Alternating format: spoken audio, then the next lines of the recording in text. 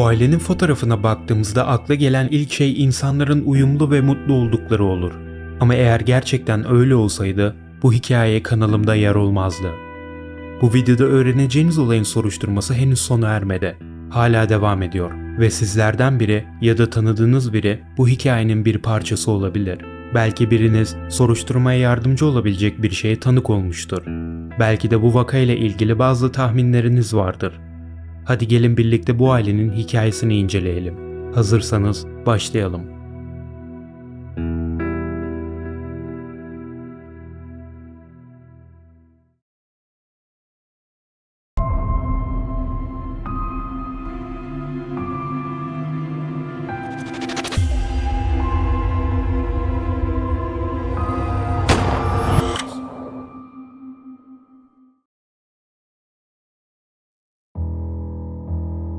...28 yaşındaki Rebecca Downey ve 30 yaşındaki Ahmet Kandil hayatlarının en aktif döneminde tanıştılar.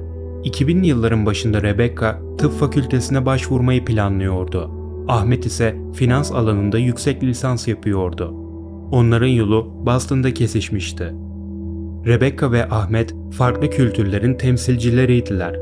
Rebecca, Almanya'nın Berlin şehrinden gelen Alman kökenli ve Hristiyan biriyken Ahmet, Mısır'ın başkenti Kahire'de büyümüş ve Müslümandı. Kültürel farklar gençlerin iletişimine ve anlayışına engel olmamıştı. Aynı yaşam değerlerine ve ilgi alanlarına sahip olmaları onları birbirine yakınlaştırmış ve romantik bir ilişki için temel oluşturmuştu. Düzenli bir şekilde görüşmeye başlayan çift, özellikle spor yapmayı ve yürüyüşe çıkmayı çok seviyorlardı. 2 yıl süren romantik ilişkilerinin ardından Rebecca ve Ahmet evlendiler. Evliliklerinin ilk yılında 1 Eylül 2003'te Amine adında bir kızları dünyaya geldi. Tıp eğitiminin 2. ve 3. yılları arasında 4 Ocak 2006'da ikinci çocukları Bilal adını verdikleri bir erkek çocukları dünyaya geldi. Yoğun eğitim ve çalışma temposuna rağmen Rebecca ve Ahmet mükemmel ebeveynlerdi ve her zaman çocuklarına sevgi ve ilgiyle yaklaşmışlardı. Ailenin yakın bir dostu da Rebecca'nın arkadaşları ve tıp okulu arkadaşları olan Daphne'ydi. Tıp eğitimini aldıktan sonra Rebecca ve Daphne iş için Virginia eyaletine taşındılar. Yeni eyalete taşındıktan sonra aile bireyleriyle düzenli olarak görüşmeye devam ettiler. Her çarşamba akşamları ortak akşam yemekleri, çocuklar için uyumalar ve oyun geceleri düzenliyorlardı.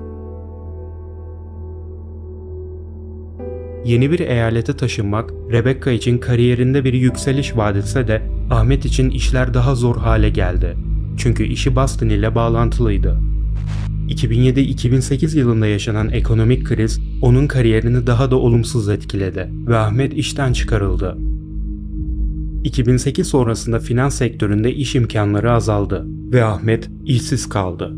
O günden sonra iş bulmaya ilgi duymayı tamamen kaybetti ve depresyona girmiş gibi görünüyordu. Rebecca'ya göre artık daha az gülümsüyor ve her şeye negatif yaklaşıyordu. Kocasını açıkça konuşmaya ikna etmekte zorlanıyordu.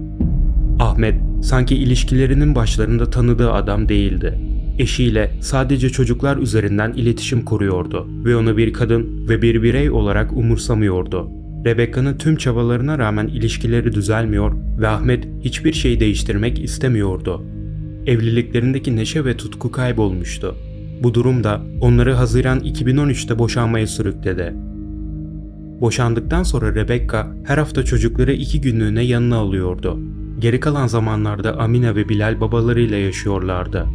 O dönemde Rebecca anestezi uzmanı olarak çalışıyordu ve işinin getirdiği büyük sorumluluklar vardı.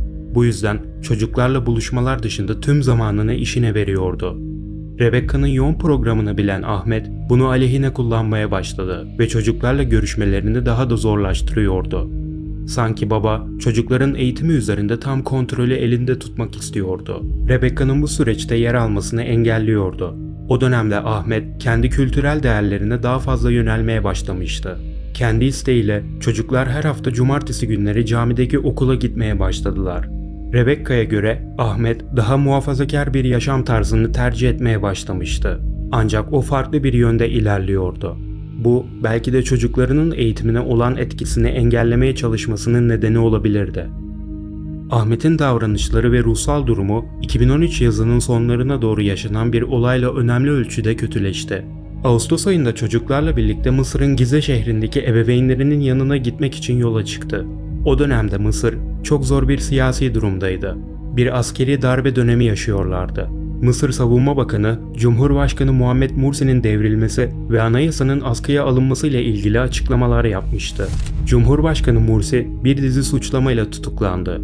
2013 yazında ülkenin başkanı Mursi'ye karşı yapılan protestolar devam ediyordu. Mursi yanlıları ile karşıtları arasındaki çatışmalar onlarca kişinin hayatını kaybetmesine yol açtı. Ahmet'in kardeşi Walid bu siyasi protestolarda aktif bir katılımcıydı. Tahrir Meydanı'nda yapılan protestoda Ahmet kardeşine katıldı ve onu destekledi. O gün kardeşi Walid'in protestolar sırasında nasıl öldüğüne tanık oldu. Rebecca'ya göre bu olay Ahmet'in ruhsal durumunu derinden etkiledi. Bu seyahatten sonra Amerika'ya dönen Ahmet, öfke ve umutsuzluk arasında duygusal bir fırtına yaşadı.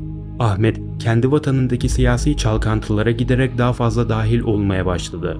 Tabii ki eski kocasının bu ruhsal durumu Rebecca'yı endişelendirmemiş olamazdı.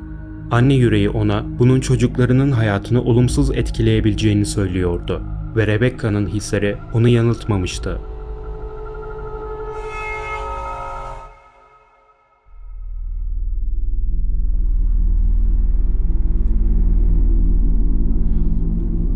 Bir yıl boyunca Rebecca ve Ahmet'in hayatı birbirlerinden ayrı bir şekilde devam etti. Rebecca, kariyerinde başarılı bir şekilde ilerlemeyi başardı ve aynı zamanda çocuklarına zaman ayırıyordu. Ancak bir gün hayatı sonsuza kadar alt üst oldu. 28 Ağustos 2014'te Amine ve Bilal, Rebecca'nın evindeydiler. O gün Ahmet, çocukları alıp Kanada'daki Toronto'ya gitmeyi planlıyordu. Orada akrabalarıyla buluşacak ve Ahmet'in kuzenine kolej arayışında yardımcı olacaklardı. Baba gelene kadar çocuklar anneleriyle vakit geçiriyorlardı. Beraber kanepeye oturmuşlar ve tabletlerinden farklı videolar izliyorlardı. Birden yaklaşan bir aracın sesi duyuldu ve Bilal videoyu göstermek için hemen dışarı koştu. Eve geri dönmeyen Bilal hemen babasının arabasına gitti. O sırada Amine de eşyalarını toplayıp dışarı çıktı ve annesine veda ederek ona sarıldı. Ayrılmaları kısa sürecekti çünkü Amine'nin 2 gün sonra doğum günüydü. Ahmet, Rebecca'ya 1 Eylül'de Kanada'dan dönüp kızının doğum gününü kutlayacağına dair söz vermişti. Çocuklarla bir sonraki buluşmayı dört gözle bekleyen Rebecca, onlara el sallayarak veda etti. Bu an, hayatında çocuklarını son gördüğü andı. Ertesi gün 29 Ağustos Cuma günü Rebecca, Ahmet'e mesaj atarak Amine'nin doğum gününde en azından onu aramak istediğini söyledi. Bu mesajlardan sonra Rebecca 2 gün boyunca cumartesi ve pazar günü Ahmet ile iletişime geçemedi. Pazartesi günü geldiğinde Rebecca eski kocasını aradı ancak o cevap vermedi. O gün ise Rebecca hastanede çalışıyordu ve yoğun bir programı vardı. İş aralarındaki boşluklarda Ahmet'i defalarca aradı ama o hiçbir şekilde yanıt vermedi. Bu durum Rebecca'yı çok sinirlendirdi. Eski kocasının tipik davranışı pasif-agresif tutumu olarak kendini gösteriyordu. Rebecca için bu yeni bir şey değildi. Yine özellikle kızlarının doğum günü gibi önemli bir günde çocuklarla iletişimini engellemeye çalışıyordu. Akşam saatlerine kadar Ahmet'e ulaşamayan Rebecca ona bir mesaj yazıp kızlarını onun adına tebrik etmesini istedi. 2 Eylül çocukların ilk okul günü olacaktı. Amine ilk kez ortaokula başlayacak, Bilal ise ilkokula geri dönecekti. Rebecca, çocukların okula gidip gitmediğini ve her şeyin yolunda olup olmadığını kontrol etmeye karar verdi. Hem oğlunun hem de kızının okuduğu okulları aradı. Ancak öğretmenler Amine ve Bilal'in o gün derse gelmediğini söyledi. Rebecca'yı panik ve öfke sardı. Çocuklarının okulun ilk gününü neden kaçırdığını bir türlü anlamıyordu. Çocuklarının nerede olduğunu da bilmiyordu. O anda Rebecca'nın harekete geçebileceği bir şey yoktu. Çünkü şehirden uzaktaydı. Hastanenin tek anestezi uzmanıydı ve hastaları kabul etmek zorundaydı. Bu kadar büyük bir sorumlulukla her şeyi bırakıp hastaneden ayrılma lüksü yoktu. Başkalarının hayatları ona bağlıydı. Ne yapacağını bilemeden polisi aradı ve ailesiyle iletişim kuramadığını, onların tehlikede olabileceğinden endişelendiğini söyledi. Ayrıca Toronto'daki tüm hastaneleri arayarak Ahmet ve çocuklarının kazaya karışıp karışmadığını öğrenmeye çalıştı. Ancak hiçbir hastanede böyle isimlerle kayıtlı bir hasta bulunmamıştı. Tamamen umutsuz bir şekilde Rebecca, Ahmet'in babasına Mısır'a telefon etti ve Ahmet'in nerede olduğunu, başına ne geldiğini sordu. Babası, Rebecca'ya ne söylediğini ve neden bu kadar endişelendiğini anlamadığını söyledi. Onun sözleri Rebecca'yı daha da şüphelendirdi. Rebecca, babasının bir şeyler bildiğinden ama ona söylemediğinden şüphelenmeye başladı ve arkadaşı Daphne'yi arayarak Ahmet'in evine gidip her şeyin yolunda olup olmadığını kontrol etmesini istedi. Daphne, Ahmet'in evine gittiğinde evin bahçesinde Ahmet'in arabasının olmadığını fark etti. Kapıyı çaldı ama kimse yanıtı vermedi. Evin tüm pencereleri kapalıydı ve perdeler çekilmişti. İçeriye bakmak imkansızdı. Bunun üzerine Daphne evi dolaşarak arka bahçeye geçti ve bir pencerenin perdesinin aralandığını gördü. O pencereye yaklaşıp içeri baktığında evin tamamen boş olduğunu gördü. Ne mobilya ne de eşya, hiçbir şey yoktu. Daphne hemen Rebecca'ya telefon açarak olanları anlattı. Bu haber Rebecca'yı dehşete düşürdü. Sanki yer yerinden oynamıştı. Tam o anda acil bir operasyon için çağrıldı. Gözleri doldu ve endişe içinde Rebecca işine geri dönmek zorunda kaldı. Cerrah ve doktorlar Rebecca'yı gördüğünde ona her şeyin yolunda olup olmadığını sordular. Rebecca onlara "Hayır, çocuklarımın nerede olduğunu bilmiyorum." diye cevap verdi. Rebecca çocuklarının kaybolduğuna dair başvuru yaptıktan sonra polis, Ahmet Kandil'in hareketlerini incelemeye başladı. Polisin Rebecca'ya verdiği bilgiler onu şok etti. Toplanan verilere göre Ahmet ve çocuklar Kanada'ya gitmek yerine New York havaalanından kalkıp Kiev, Ukrayna'ya gitmişlerdi. Kiev'den ise İstanbul'a geçmişlerdi. Dehşete düşen Rebecca, polise çocuklarının haber verilmeden yurt dışına çıkarıldığını ve o günden sonra Ahmet ile iletişime geçemediğini bildirdi. Bu durum polis tarafından hemen çocuk kaçırma olarak nitelendirildi. Ancak soruşturma FBI tarafından devralındığında daha da korkutucu detaylar ortaya çıktı. FBI, Amine ve Bilal'in kaçırıldığını öğrendikten hemen sonra Ahmet için bir tutuklama emri çıkardı. Soruşturmanın ilk aşamasında Ahmet'in banka kartlarıyla yaptığı tüm finansal işlemler titizlikle incelendi. Yapılan araştırmalar Ahmet'in hayatta kalma kamplarında eğitim almak için ödeme yaptığını ortaya koydu. Diğer verilere göre Ahmet birkaç kez silah eğitimi almak için atış kulübüne gitmişti.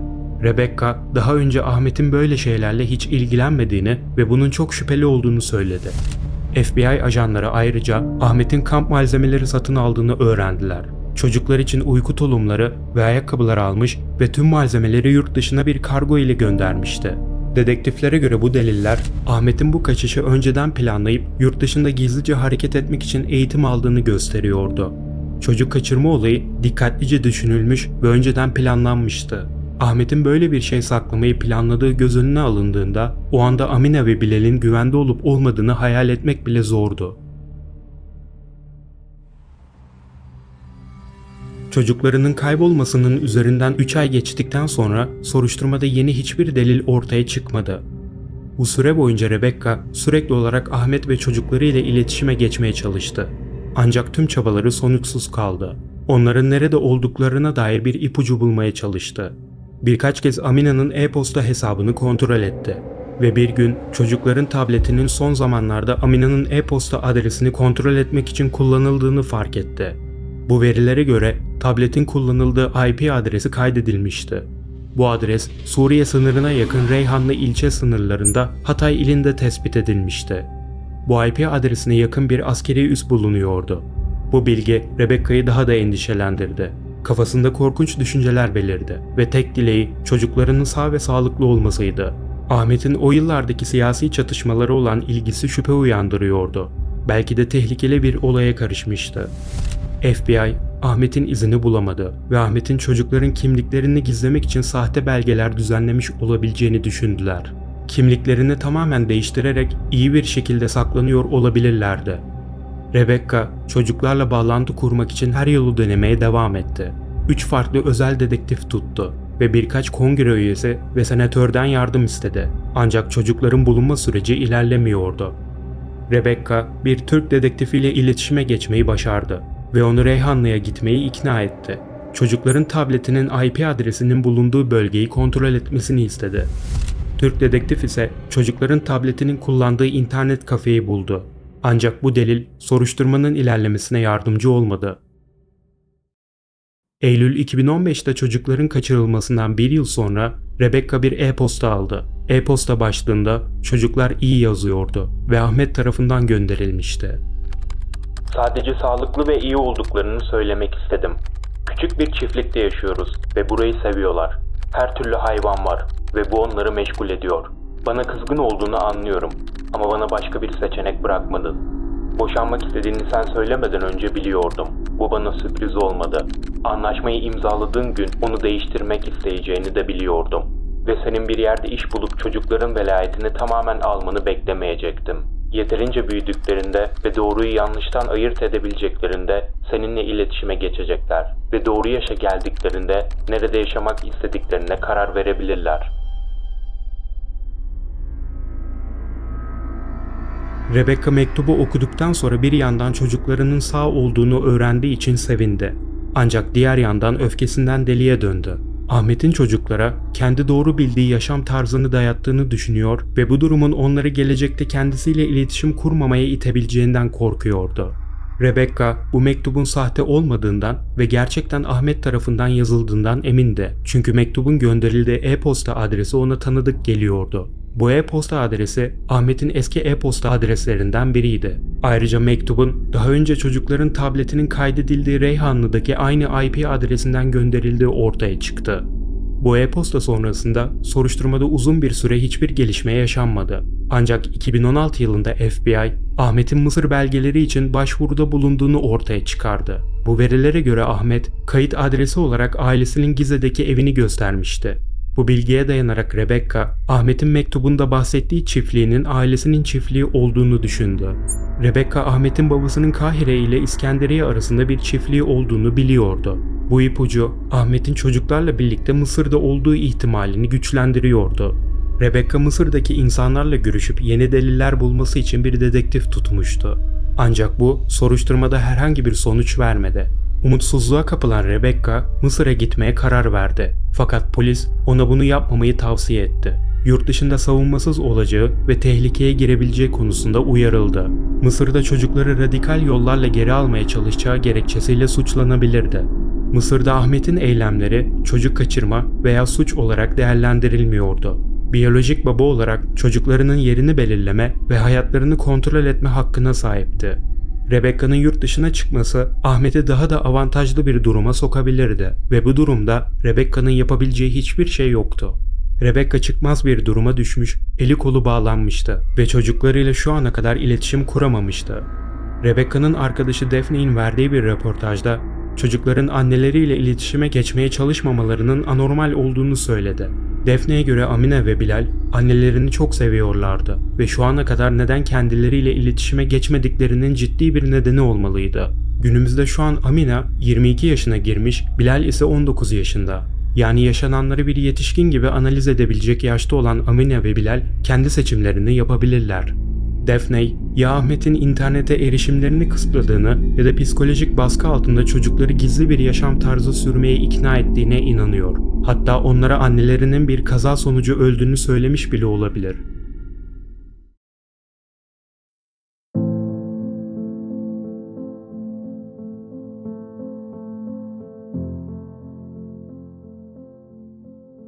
Amine ve Bilal'in kaçırılmasının üzerinden tam 11 yıl geçti.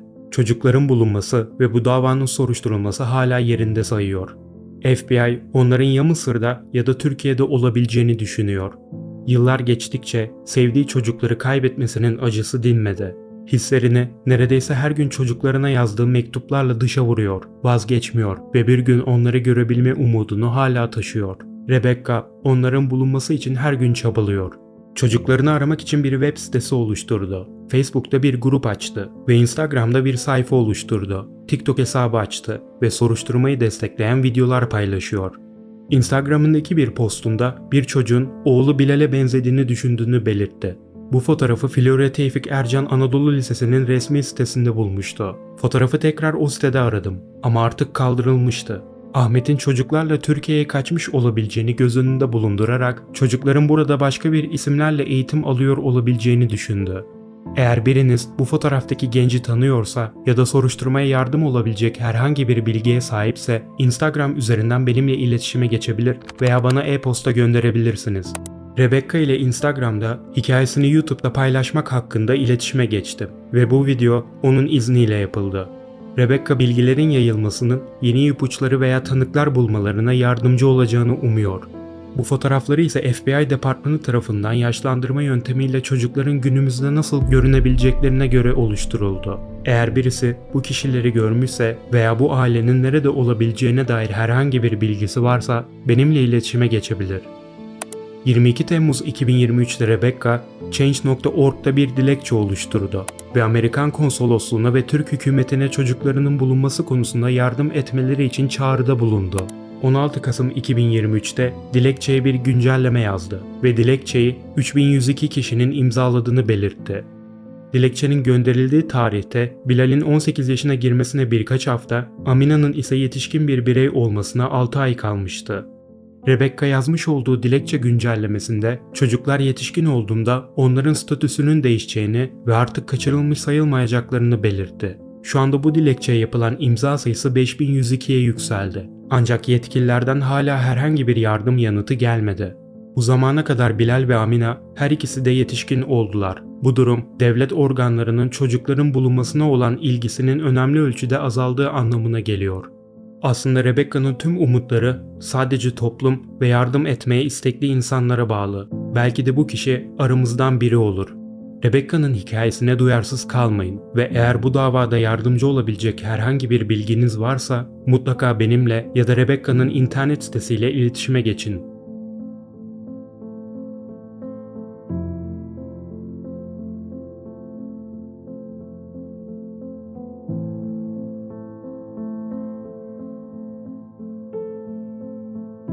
Bu tarz videoların devamı için ve bana destek olmak için lütfen kanalıma abone olmayı, videoları beğenip yorum atmayı unutmayın. Bir sonraki videoda görüşmek üzere.